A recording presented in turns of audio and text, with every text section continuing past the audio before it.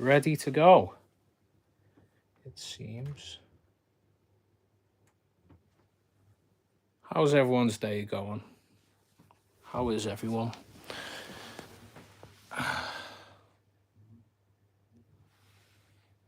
Just going to grab the tripod wherever it is. Yep, there it is. Right.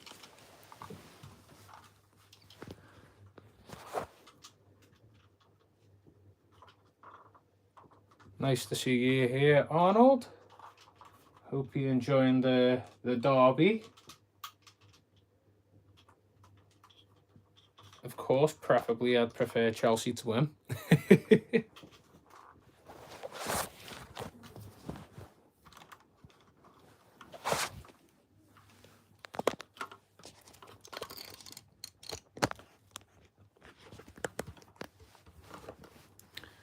Setting up the tripod properly. It's a bit of a mess.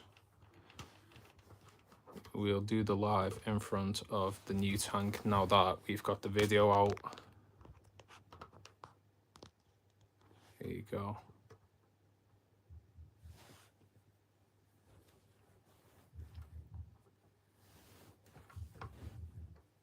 This is it, on the floor live. There you go. That is a good view of the tank.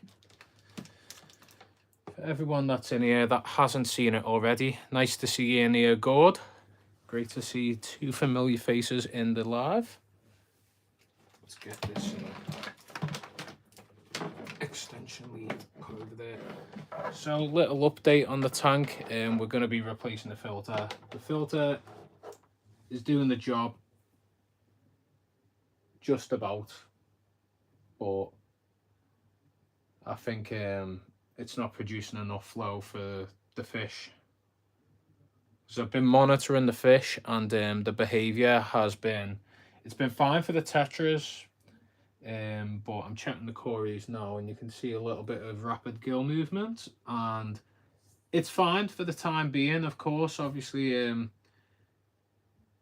they'd be gasping at the top all the time, like going up, which they're not doing, but I'm not too happy with the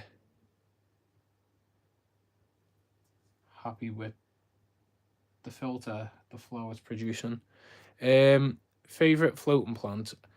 Well, currently at the moment I'm using red root floaters, and I think they're absolutely stunning. I got gifted them by my friend Harry, but I'd say Frogbit is definitely a good one. Here's one for you people that you may not know. Water chestnut. That is one that I used to keep, and it is stunning. Search it up. It is a very odd looking floating plant. It's like one large piece that you get, and I got it years ago in the shop that I was working at before I started working in there. And yeah, water chestnut, if you search that up, it's a very cool looking floating plant. It grows quick. It's like having tiger lotus that floats, because it just go boom and it'll cover the top straight away. Nice to see you in here, Harry, as well. How's everyone's evening anyway?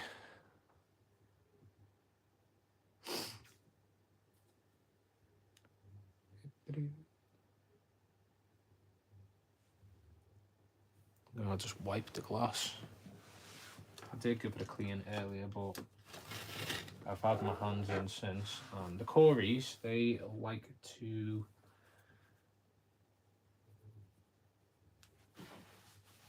go to the surface for water. Not water, air. And they splash the water out the tank, and it dribbles down the side. Although the water level's not super high, cories love to make a splash.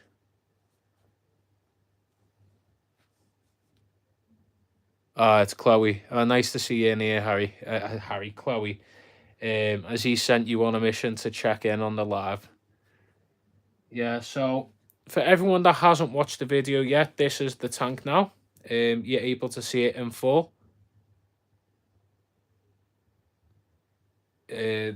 And yeah, so far so good. Obviously, I think a floating plant has risen up. So if you give me a moment, I'm going to replant it.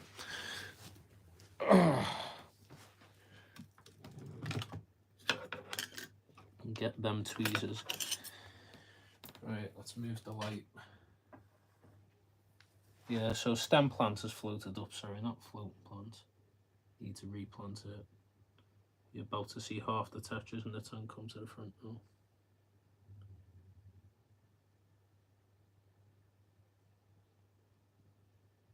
There you go. And now I've got half of the red root floaters on my hand. Yeah, so my biggest issue with this filter is it's not great, and it's not producing enough flow, and there's quite a bit of surface film forming on the top.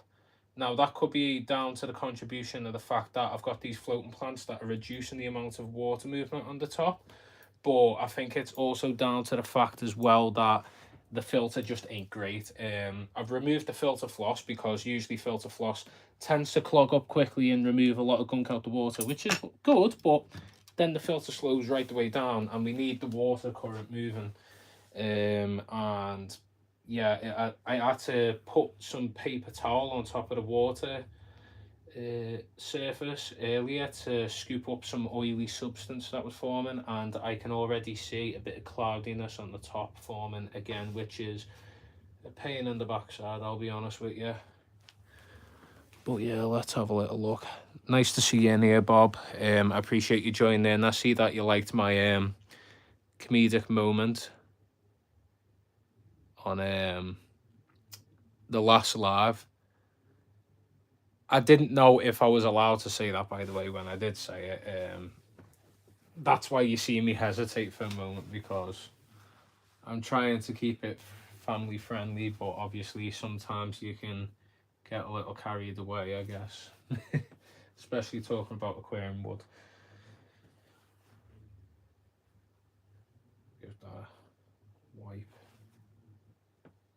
Yeah. So let's get into some topics, eh?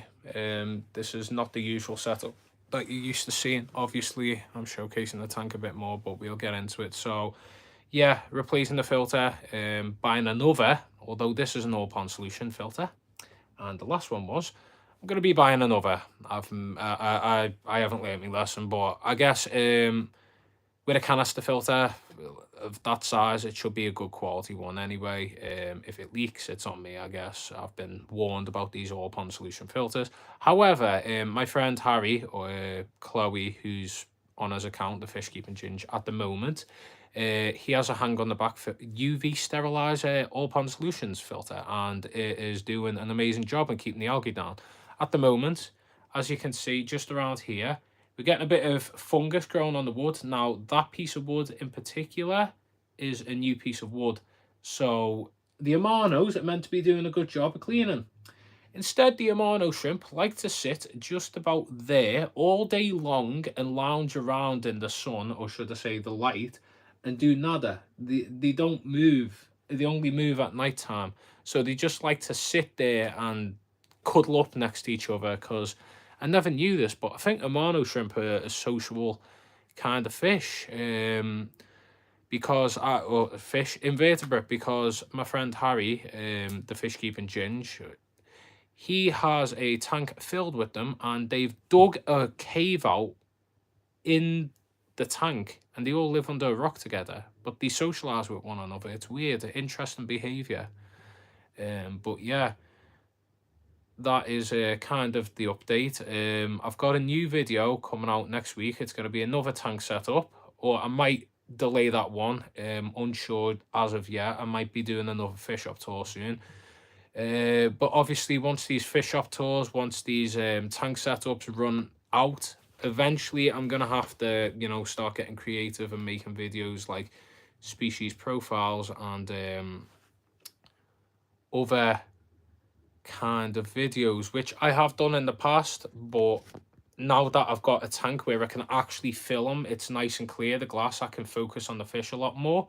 It's a lot more beneficial for the filming. So that's another reason why I upgraded the tank, is that I can film the fish and record the behavior a lot more better. So I'll be able to probably do species profile on the raccoon tetra and then maybe the blueberry tetra. As for the Corridoras, maybe the gold lasers because they're always out, but these thereby, there's one there and it's acting like a rock because for some reason, although they're meant to be a fish that's quite outgoing compared to other Corridoras, they do not like being in the open in this tank, and they didn't in the last one. They're a very shy fish, which is weird. But yeah, maybe I should get an Amano friend. He's 3 years old though, so I'm afraid he'll pass away soon.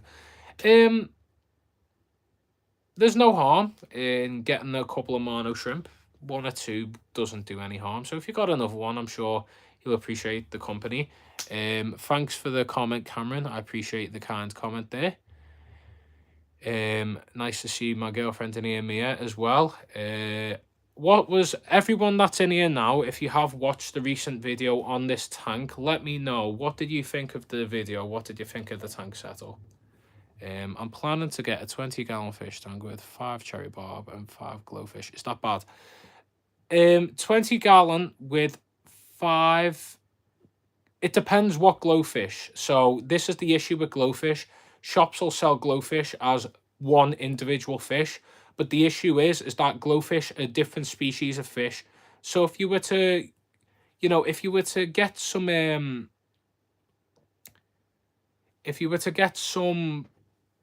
like black skirt tetra, that are like a glowfish variant, and you were to get like maybe 5 of them with 5 cherry barb, I think you'd be perfectly fine. Just make sure that when you are buying the glowfish that they're the same type of fish and they're not like a rainbow shark and like a fluorescent pink and then like a yellow black skirt tetra. So yeah, make sure that they're the same species of fish before you do purchase them. Otherwise, I don't see the problem. But again, research why. My advice to you, Godzilla, your aquarium is always cloudy. Mine's kind of murky, but that's because of the tannins in the wood. And obviously I'm getting a new filter. So the issue could be the following. You may have a bacterial bloom that is just constantly going. Your tank might still be cycling. Or you have koi fish.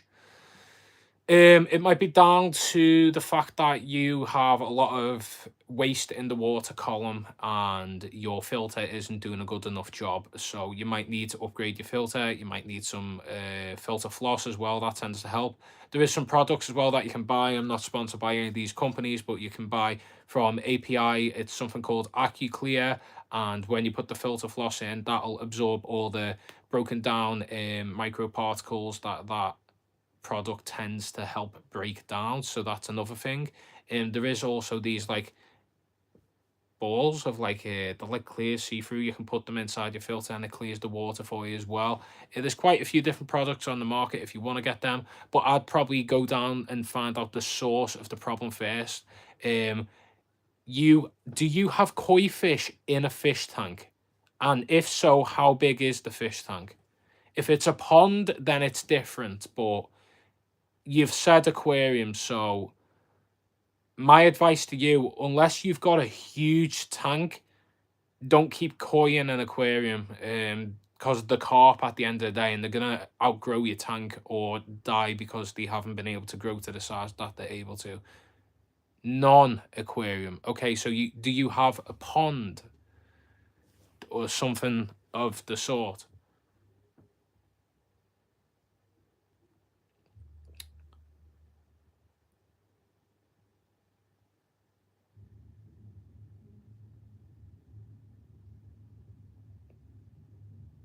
I'm confused.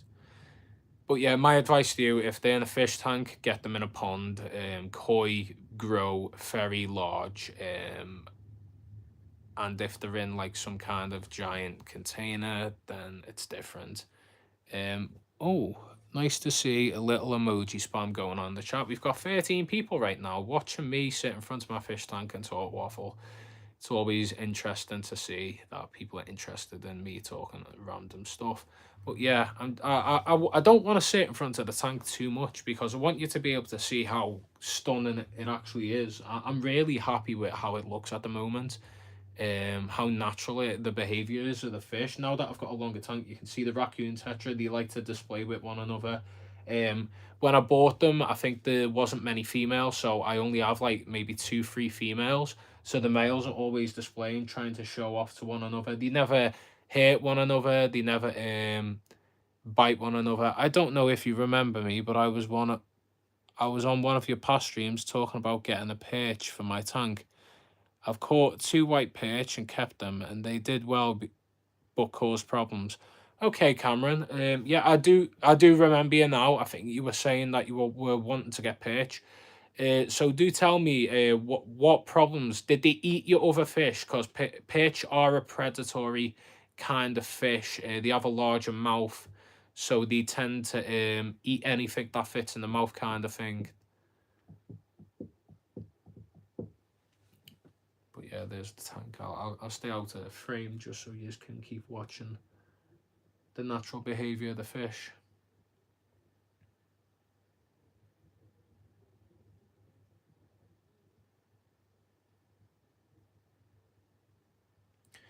By the way, shout out to all the new subscribers that have joined the channel. As you can see, this channel. Yeah, we've reached, I think before this live started, I was on 783. So within less than a week, I've almost gained 100 subscribers, which is mental, because it used to take me, when I first started YouTube, a month to get 100. Then suddenly I'm now getting 200 a month, and now I'm getting 100 a week. So I think we're going to hit 1,000 before August, which is absolutely crazy, because I thought by the end of this year I'll have 1,000. In no way or mind, right frame of mind, did I think that I was going to get 1,000 before the end of the year. Never mind 1,000 in general. I was just setting that goal because I was being ambitious, but the support that everyone's showing has been absolutely amazing, and I do appreciate it. Thank you very much. You make my day, you make my year, you make my life. They just tore up the dirt and pooped a ton. Everything was messed up and cloudy. Yeah. So I agree. Too much poop is a thing. If your filter can't handle it, my filter should be able to handle it, so the water isn't cloudy, but because it's not producing enough flow, which is why I'm getting a new filter, you can get an oily substance because there's not enough surface agitation. I also have baby striped Raphael catfish, Swim Shady. That's a cool fish name. I think I've seen someone named a better fish, Swim Shady, so that's a fun one to see there. But yeah, Bob Bravo, I see in your comment on my last live, I am sorry if I have forgotten you and you have been in previous lives or videos. So much love and appreciation for you joining in on another live and being able to tune in on this one whilst it's actually happening as well. But yeah, how is everyone doing anyway? So I was gonna say some other things. Okay, yeah, actually, I've got an announcement, a quite an exciting one. So I've been on holiday earlier around, I think it was the beginning of March. I went on holiday, um, no, the end of January, sorry. The end of January, I went to Krakow, and that was absolutely amazing. And I posted a couple fish-related things whilst I was there. I went to the shopping mall, and they had an okay selection of average common fish. But then there was also like a restaurant that had a pleco as its logo, which was really cool. Nothing fish related. It was like a vegetarian restaurant, but the fact that they had a pleco, which was their logo, was really cool. But I am going to Amsterdam, and if you do not know, in Amsterdam or the Netherlands, a lot of fish products, plants, and brands are all, and fish food brands are all born in, quite a lot of them are born and a part of Amsterdam slash the Netherlands. So that's going to be really exciting. That I'm going there, and I'll be able to, check out these shops, make videos on them, be able to, see what's going on in the lands of the Dutch, and see what kind of products they're selling, and aquascapes and things going on there. But yeah, let's see. Just look out. You got a pea puffer, my angelfish. Had them for bread. Yeah, never put a pea puffer with an angelfish because they just become food. Um,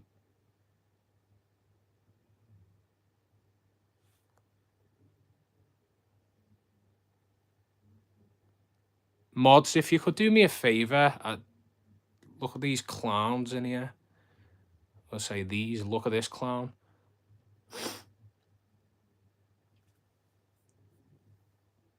Appreciate that. Thank you. Good. Yeah. So it's always funny being in these shorts because you end up in some random guy's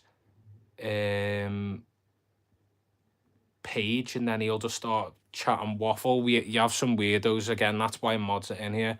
But yeah, Chloe slash Harry, the fish keeping ginge, they're coming with me to Amsterdam. Me and my girlfriend Mia, and the fish keeping ginge Harry and his girlfriend. We're going to Amsterdam. But yeah, we got that idiot out of the live, so much appreciated for that. Good. But yeah, as I was saying, don't put any with the rule with angelfishes is that even some rummy nose can fall victim to being food for angelfish. So I think, if you get angelfish and you're gonna put like tetras in the same tank as them, you want them to be you want them to grow up alongside one another. Or if you purchase the rummy nose after the angels have been born and raised in the tank, you want them to be a decent size so they don't become fish food. Otherwise, they end up as fish food. And pea puffers, I don't know if you didn't do your research. I'm sorry if you didn't, or you were given the wrong information by an employee at the shop. But pea puffers are a very small fish, and they can either be a menace to someone's fish tank and tear up the fins or attack or eat other fish or shrimp, or they can fall victim to being fish food themselves. The simple rule is if something's small enough to fit in the fish's mouth, then the likelihood is it'll become food to the bigger fish. Now, even in a pistogramma, I seen a Cacatoides, a pistogramma, try and eat a Corydora, and I think both died because the Cory got stuck in the Episto's mouth and the Episto died with the Cory stuck in its mouth. And that's when I was working at the aquarium place. Because some fish, if they see something and they're hungry enough, they'll try it. Trust me. So make sure that you do your research. You're able to see what fish are compatible with what. And again, angelfish can always be sometimes an issue. Yeah. 14 people in here, nice. And the only Muhammad, yeah. So I was just seeing who that guy was. I don't know if he's been in the past and tried trolling. I don't know if that was the guy that was deciding to try and predate on a younger viewer in the last live. We had to deal with that. As I said in the last live, I made a joke about it not being in Epstein's Island, but this is a fish keeping live. If any weird individuals come in, start harassing anyone in the chat or start like being weird and saying some stuff, we get rid of them straight away. We're just making a live talking about fish, and this isn't the space or the environment for them kind of people. So again, much love to everyone that's in here that is here for the actual live and fish keeping talk anyway. But yeah, it's nice to see that we've got viewers from all over the world anyway. I checked my analytics actually earlier on today, and we have a lot of viewers from India and Indonesia, which is really interesting.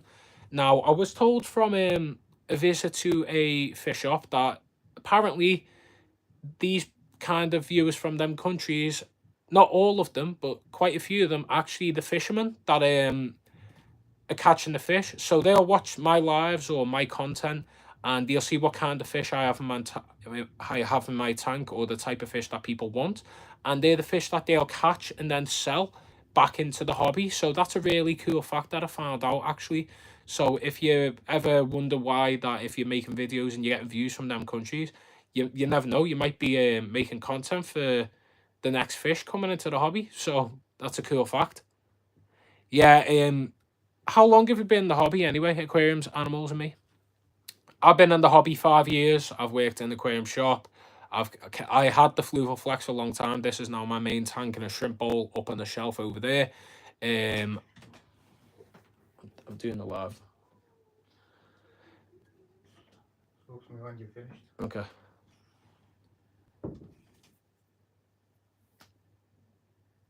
Yeah.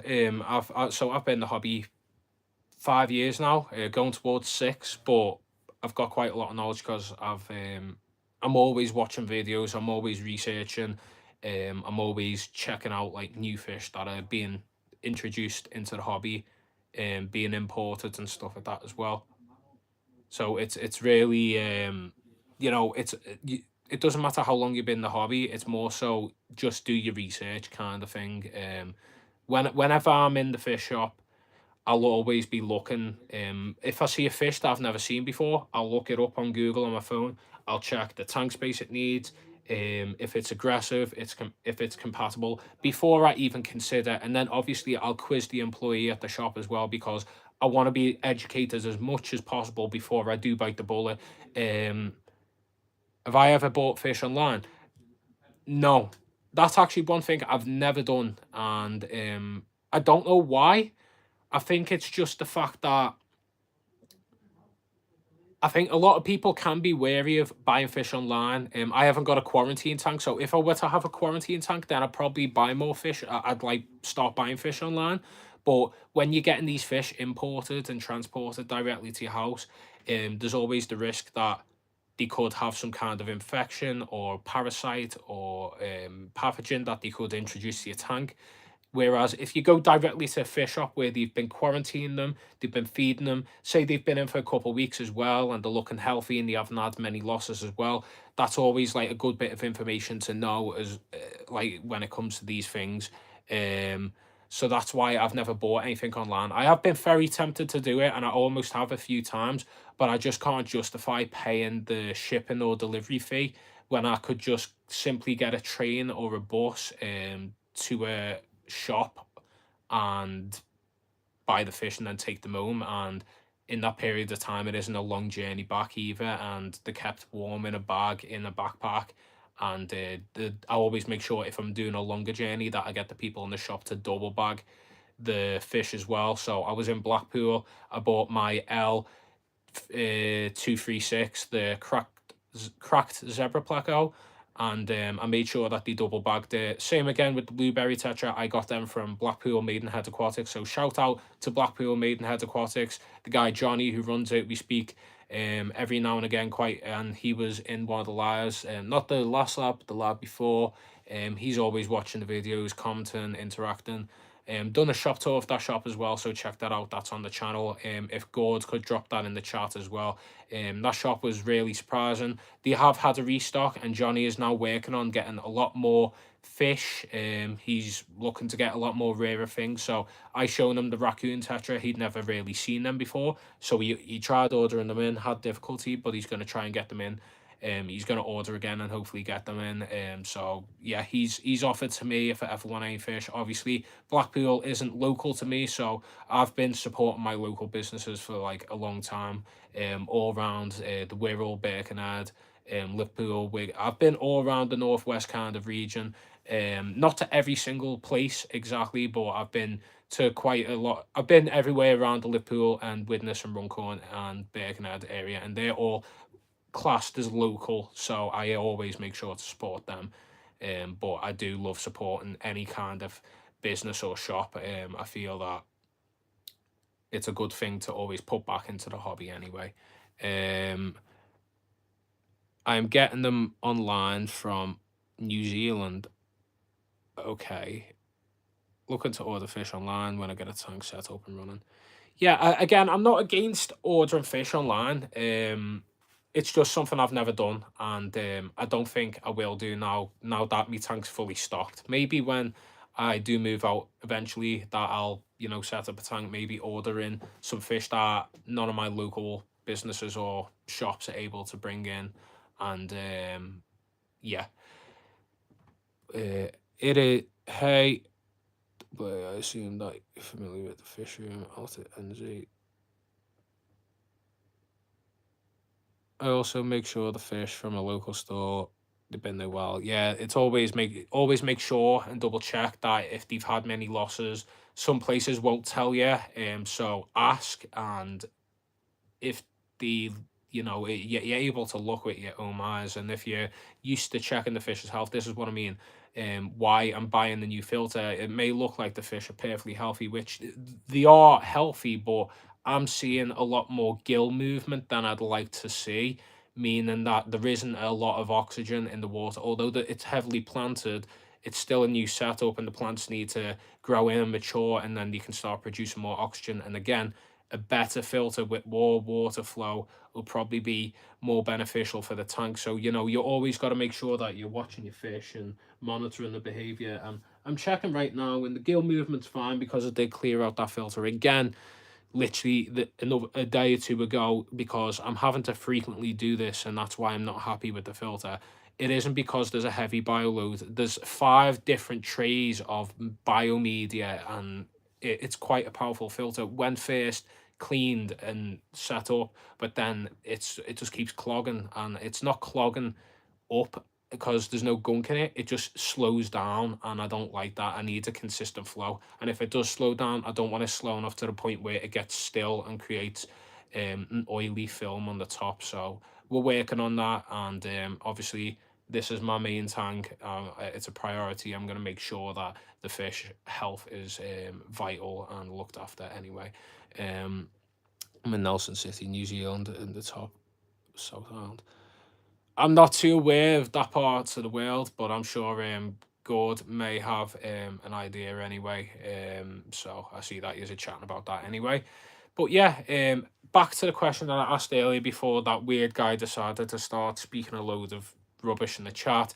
My girlfriend said that she thought the video that I recently produced was a bit emotional. What was everyone else's reaction to the recent tank setup?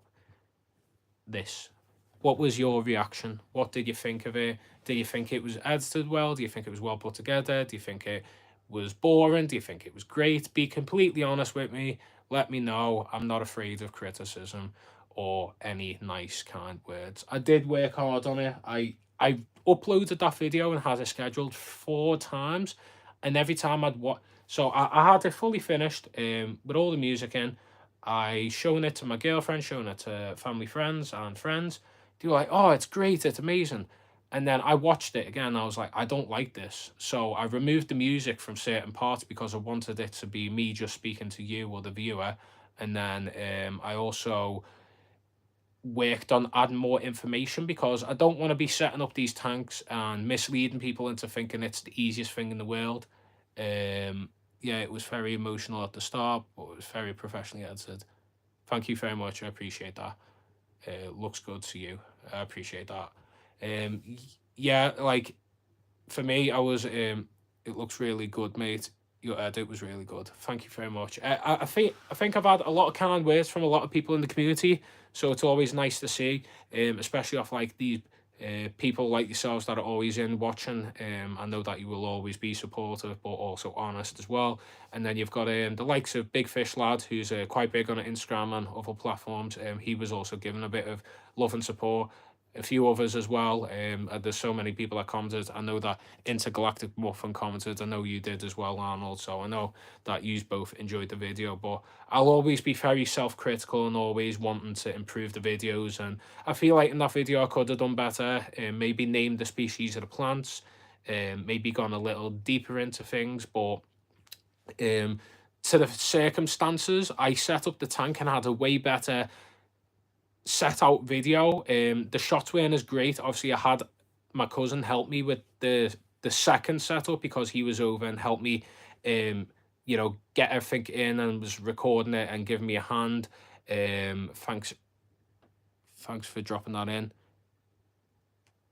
And yeah, it was difficult because I think I said to a couple of people,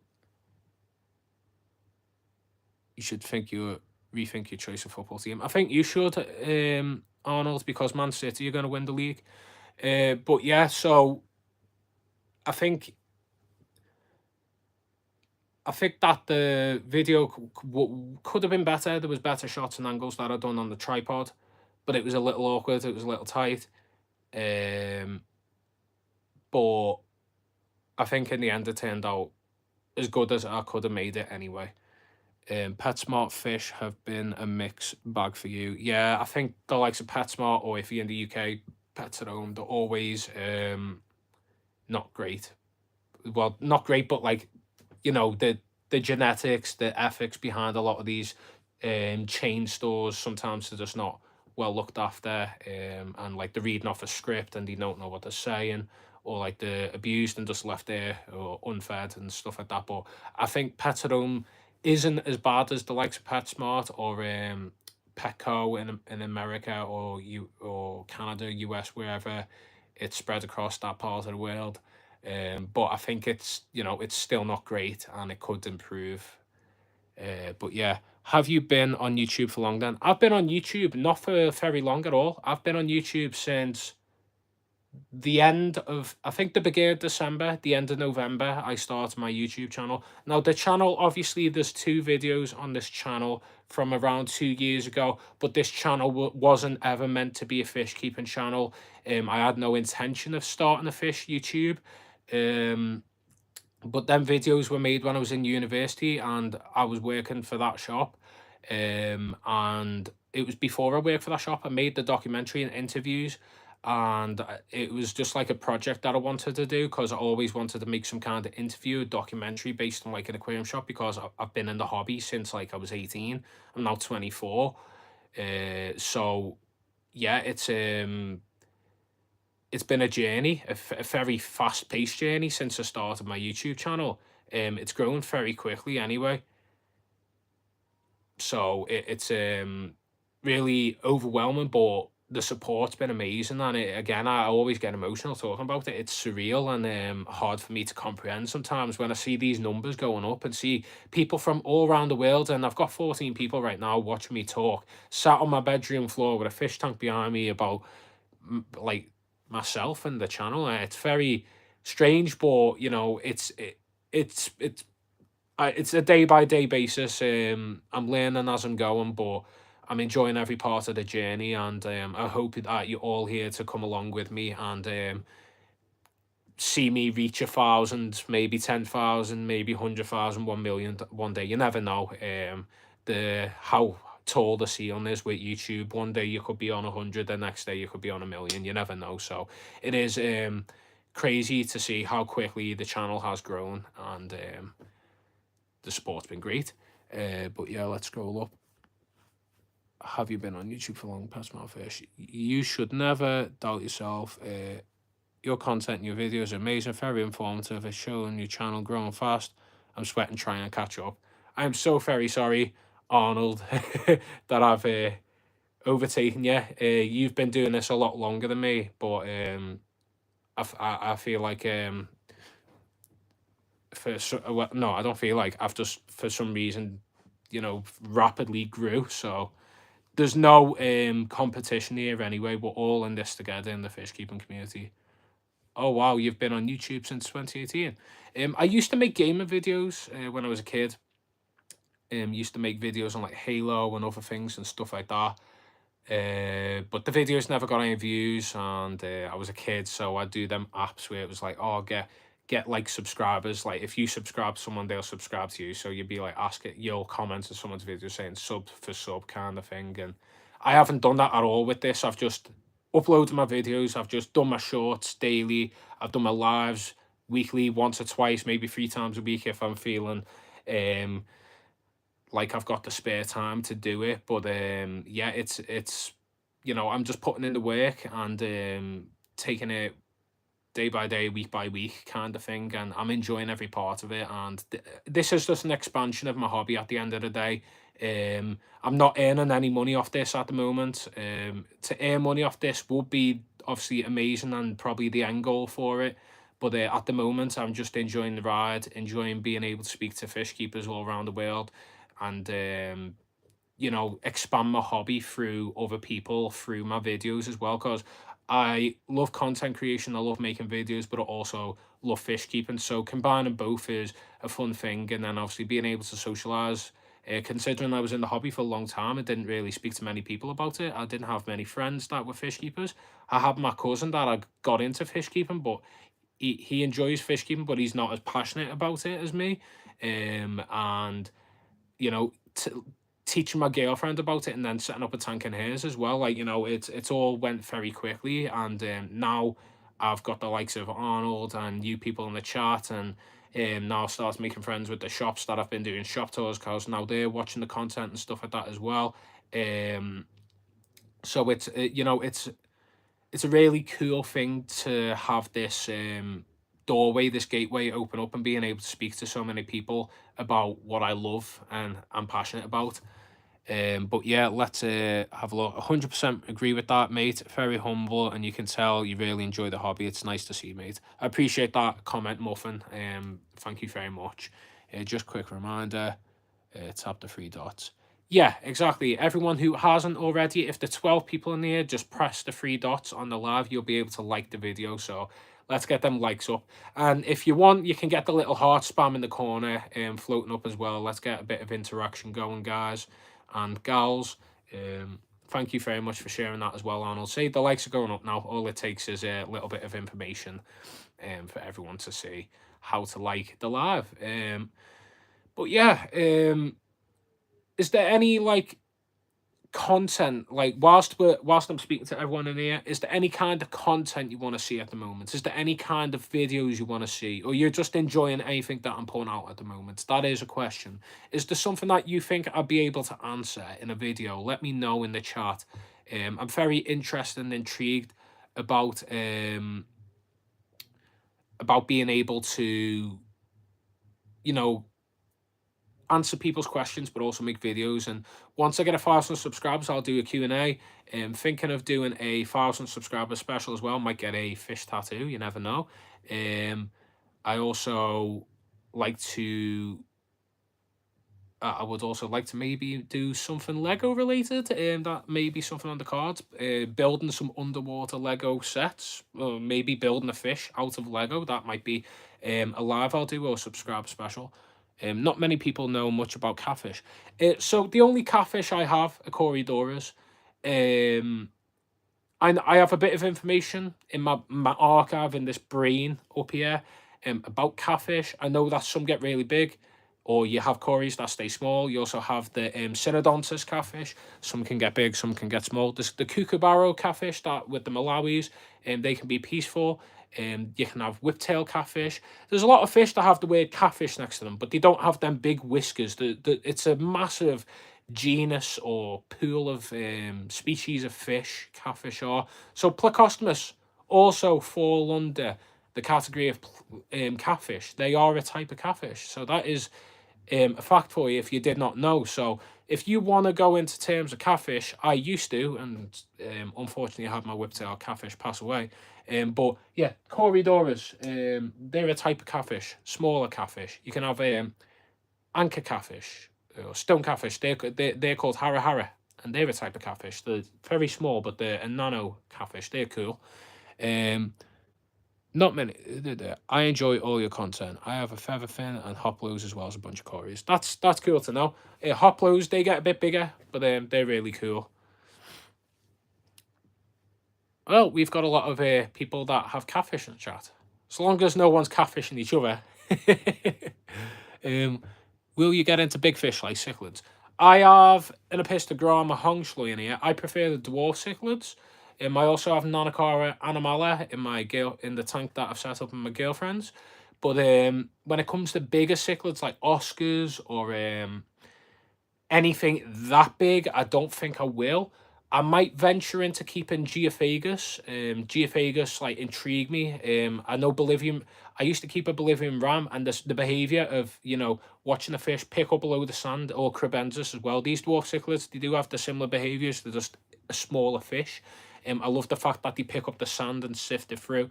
Obviously, if you got plants, your worst nightmare, because they'll be picking up your plants and dropping them elsewhere. But I seen in Finest Aquatics, shout out to Finest Aquatics, a business and online business fish shop in Widnes. They have a tank set up with geophagus in a display tank, gorgeous. If you check out also Gord or Arnold, if you could put in the chat, put Big Fish Lad or Fish Northwest's channel in the chat. He does a lot of larger fish, cichlids and stuff like that. They're really cool. As South American Central Fish Keeper, they really limit your choices. Plants get destroyed and moved. Yeah, that I think that's yeah, I've seen that on your channel. Red laser, it looks pretty cool.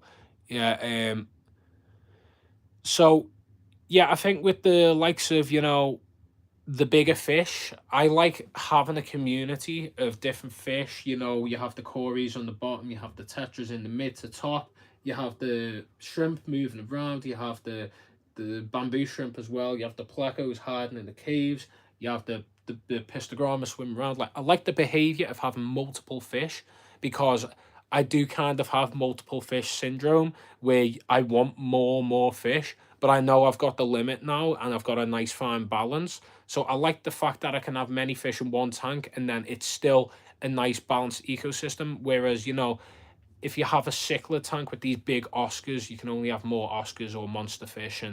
And I think I like the idea of community nano fish more so than the bigger fish. Again, one day it could be on the menu. Yeah, exactly. Bob Bravo, my friend Lewis, LH or LW Aquatics, he used to keep monster fish, and his Oscar used to get very upset with him when he put something in that he didn't like and maybe sulk in the corner or just kill it off.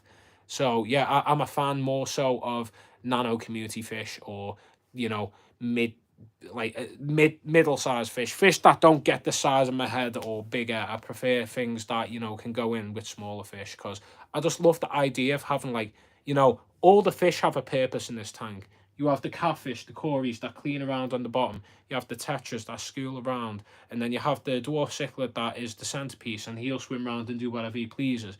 You have the shrimp that clean. Then you have the bamboo shrimp that also filter out the water column.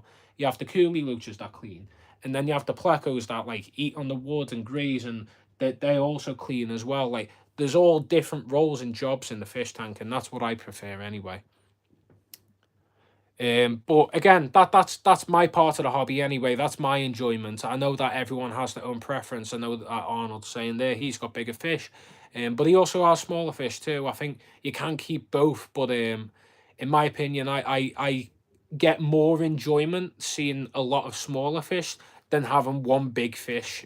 Personally, I mean, I'd love an arowana or stingrays and stuff like that, but again, it's the cost, it's the filtration, it's the electricity, it's having the room as well. And I only have my bedroom at the moment and my girlfriend's, and I think I've already pushed the limit and getting one tank already in there. So I think maybe one day, if I get big enough on YouTube, if everyone wants to get me to 1,000 and get me to 10,000 or 100,000, a million, I would be more than happy to make videos on monster fish. But until then, at this moment in time, it's a no. I'm sorry.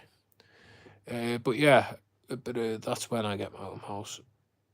Yeah, red tails, they get huge. I think they need like a really big tank or pond. I have 28 tank syndrome. Yeah, I only keep big cichlids exclusively, but you're starting to make me rethink and possibly open a tank with an ecosystem like you've done.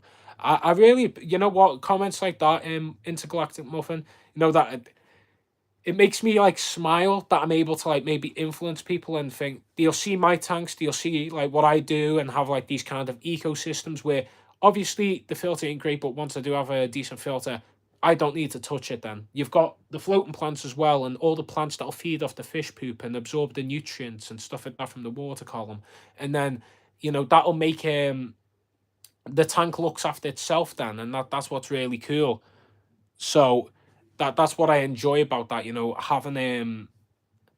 having a tank that looks after itself. The plants will grow from the fish poop, and the water will be clean from the plants as well, and then the fish can feed off the plants and the shrimp can feed off the algae that's formed and stuff like that. Like, it's really cool, and I think it's rewarding, because when you set up these big tanks with monster fish, okay, it's cool, but you're just looking after the fish. And what I've got here in this tank, what I've tried to achieve anyway, is that I've tried to aquascape something that looks natural. You've got, I'll show you more. So here I've set it up where I haven't glued. I think MS Aquascapes or Aquascaping, he was saying did I glue the wood together, and I said no, because I like over time that the wood will fall down. If the fish knock it, I won't put it back, because I've tried to make that effect as well, where the wood's like falling down, it's went further down the tank, and the rocks are like crumbled down as well, kind of thing, the natural look. But then, the fish make it their own home, and there's gaps in the wood. In that wood there, if I were to move that Anubias right now, obviously there's a bit of fungus growing on the wood, so it's growing on the plants, but that'll go away after a week or two, hopefully. If not, I'll start treating. I've already got liquid carbon and stuff like that as well. Oh, that's the fertilizer. I've got the carbon here. Yeah, it's really handy to get rid of algae and that. But yeah, I like these kind of setups that allow. Is that leaking, by the way? Just need to double check. No, I think it's just spilled. Yeah, I like these kind of setups that, allow the fish to have natural behaviour in hardened spaces. So, in here, you look around and you're like, what's in there? And right now, there's a stay-by Cory. Look at that. You look at the tank and you go, oh, what's in there? It just looks like it's a big piece of wood. Inside the wood, there's a stay-by Cory. You look further in, there is the tail of the cracked zebra pleco. Then if we come round here, there is the mini snowball pleco. So, all the fish live inside. And in that gap there, I know for a fact, all the coolie loaches are living in there at the minute. So they've all made like a home inside the wood. This is the fish's home, as well as, an aquascape. I prefer tanks like this where, you'll watch over time the plants grow in, and you'll watch the fish like have natural behaviour swimming in and out of like the hardscape. Nice to see Jesse in here. Welcome.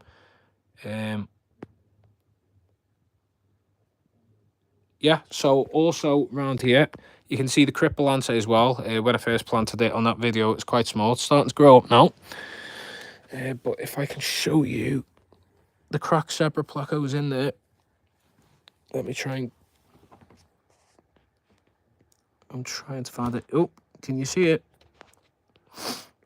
Just there. That's its tail. It's found its home underneath the rock and wood, so I only see it at night time at the moment, but once it's probably settled into the tank more, we might see it more. But yeah, this is what I was on about, this this foggy surface film of this bad filter.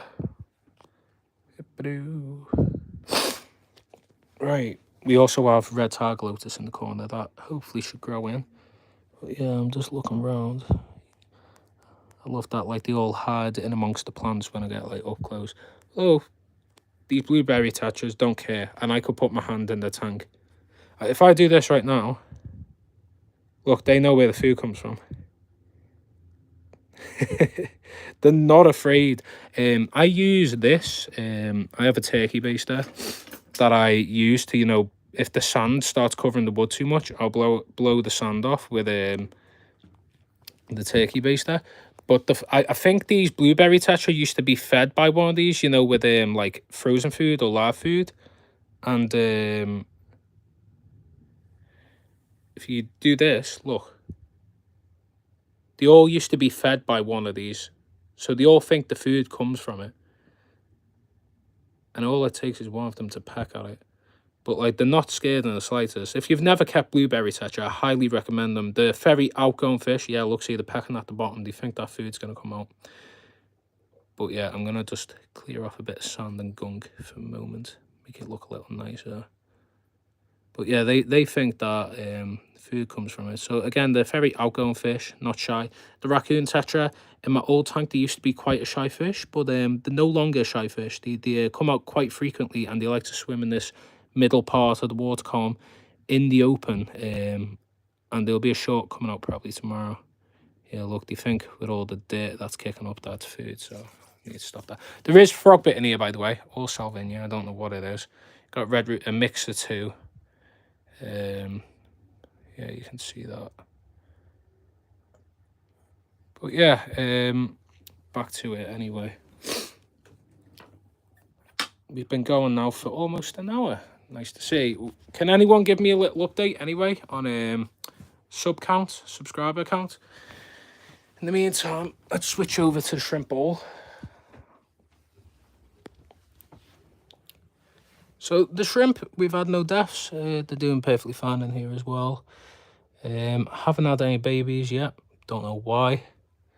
Think maybe because it's not heated. But this is the shrimp bowl at the minute. Seems to be doing okay.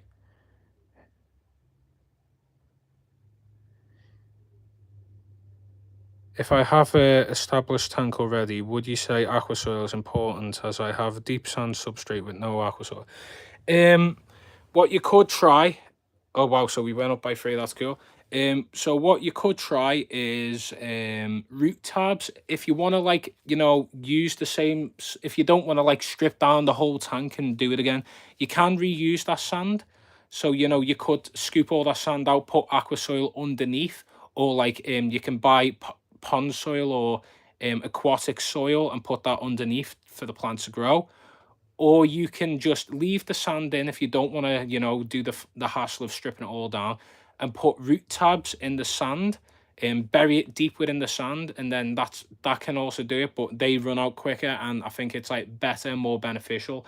You can probably see, or you're seeing in my setup video, that the substrate layer is quite thick, not because I wanted it to be, it was because I poured the aqua soil in. I didn't show it in the video, and I probably should have, but I poured the aqua soil in, and I had to strip down the tank.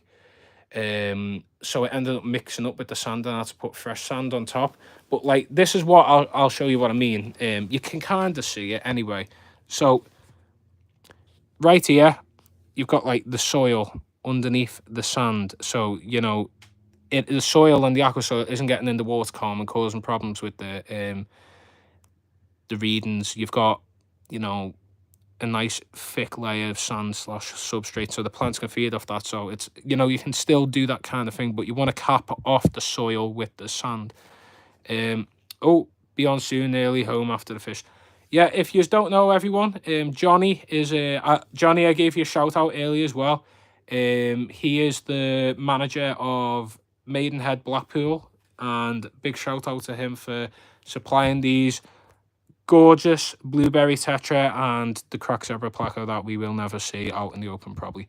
Although I did see it out in the open the other day, but probably last time we will. Yeah, look at that for an angle.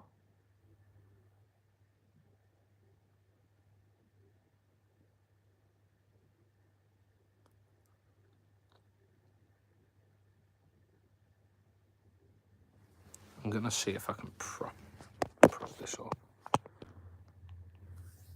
Yeah, look at that for a view. This is what I mean about this tank. It's just gorgeous, and like, you're able to have a really nice established looking tank, but then also have, you know, beautiful fish in it as well. And that's why I love community tanks, because you can just get so much more, I think.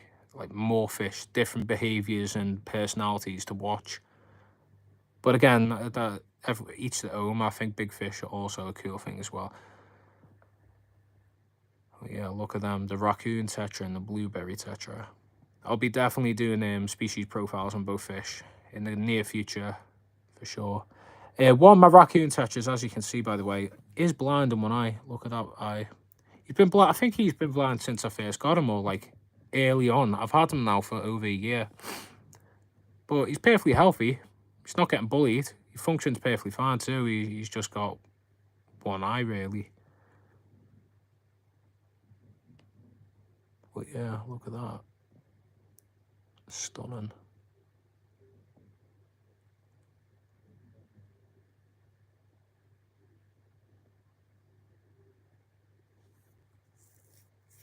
Anyone got any questions anyway?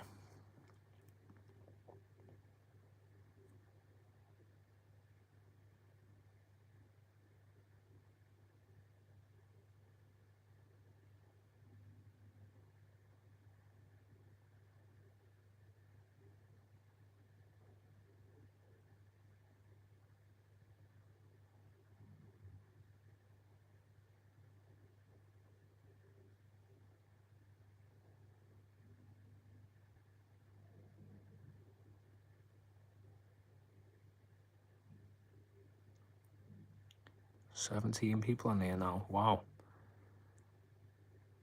I think they've just come in, seen some really beautiful fish, and now they're interested in the live, which is always fun.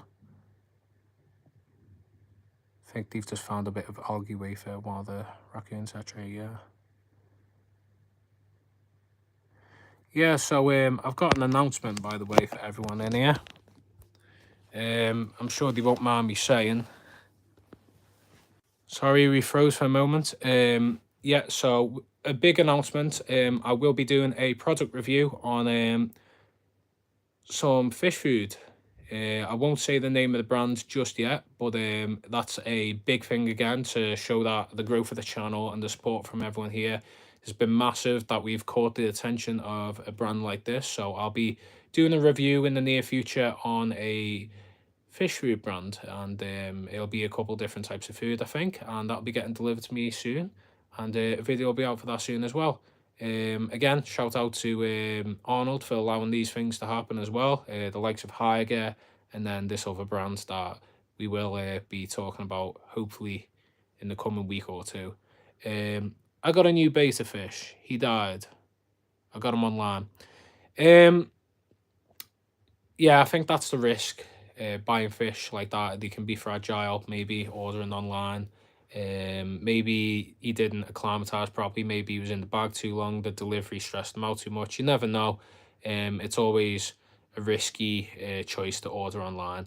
And my shrimp breeding, no, I don't know why. There's like over 10 shrimp in there and they're just not breeding. I don't know what it is. I think maybe I need to heat the bowl. Maybe because there's not water movement. I've researched some things, and some people have just set up shrimp in a bucket and they breed, but mine, they're just not breeding in the bowl. I don't know why. They're perfectly healthy. They are feeding, but no breeding at all. If anyone, I know that I've got males and females too, so I just don't know why they're not breeding. It's just one of them. Maybe one day I'll look in there, there'll be a load of babies or next generation of shrimp, but nothing as of yet when it comes to the shrimp breeding, unfortunately.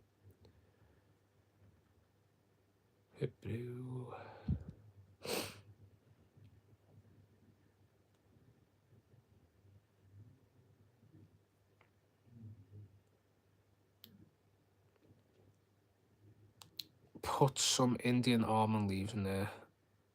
Yeah, I am feeding two types of shrimp food. I have put Indian almond leaves in the past, they've ate them. Nothing. I don't know why I've just had nothing. Just seems to be really unlucky. No breeding at all. But my cousin has set up I set up a shrimp tank for him. Done everything that I know. I've done the same with the bowl. Everything that I know that works, and shrimp are breeding like maniacs. He's got so many black cherry shrimp that are just breeding, black neocaridina, and the thriving. There's so many baby shrimplets. But my shrimp bowl, nothing. Yeah, maybe some frozen atami. I've got bladder snails in there though, so that the issue is I don't want to be overfeeding all the time. Obviously, it's a filterless bowl as well, so like, you know, I've got to be careful with the parameters. I can't overfeed. If they don't eat it all, then you know the snails will eat it, and then they'll overpopulate, and that could beat the shrimp. It's one of them, so it's just kind of a little ecosystem that's living. It's nice to look at. It isn't like, and I'm not too fussed about getting any shrimp to like breed and sell on. It's just more of like, you know, it's cool and like a little project that I've been trying out anyway. So far, I mean, it's working. Shrimp are perfectly healthy and fine. Plants are growing in there. The Monte Carlo's growing, and there's no fertilizer in there, so that's crazy. And it isn't even carpeting, it's growing on the wood as an epiphyte. So again, that's interesting as well. But yeah, no breeding, unfortunately. Just no luck.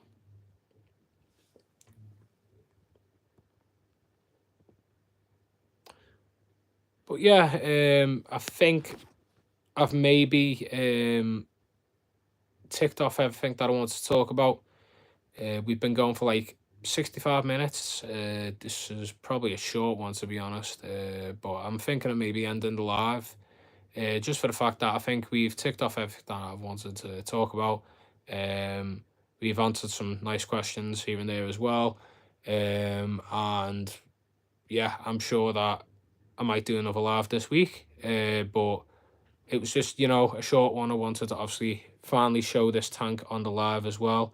But we, you know, sometimes you'd run out of things or energy to be able to talk about everything. And unless the chat was constantly booming or flowing, with, you know, non-stop new things, you run out of things to say, I guess. But I appreciate everyone joining anyway. If you haven't subscribed already, make sure to subscribe. Share the channel with your friends. We're trying to get 1,000 ASAP. Want to make some money off the channel, and then maybe I can set up more tanks and move out. But in the meantime, much love and appreciation for everyone that's been there. Had a great live with you all. Great chat. Always appreciate the support. Thanks for watching, and I'll see you all later. Sorry, Johnny, by the way. I know that you're doing your unboxing, but you can catch up with the re-upload. Take care, everyone, and I'll see you later.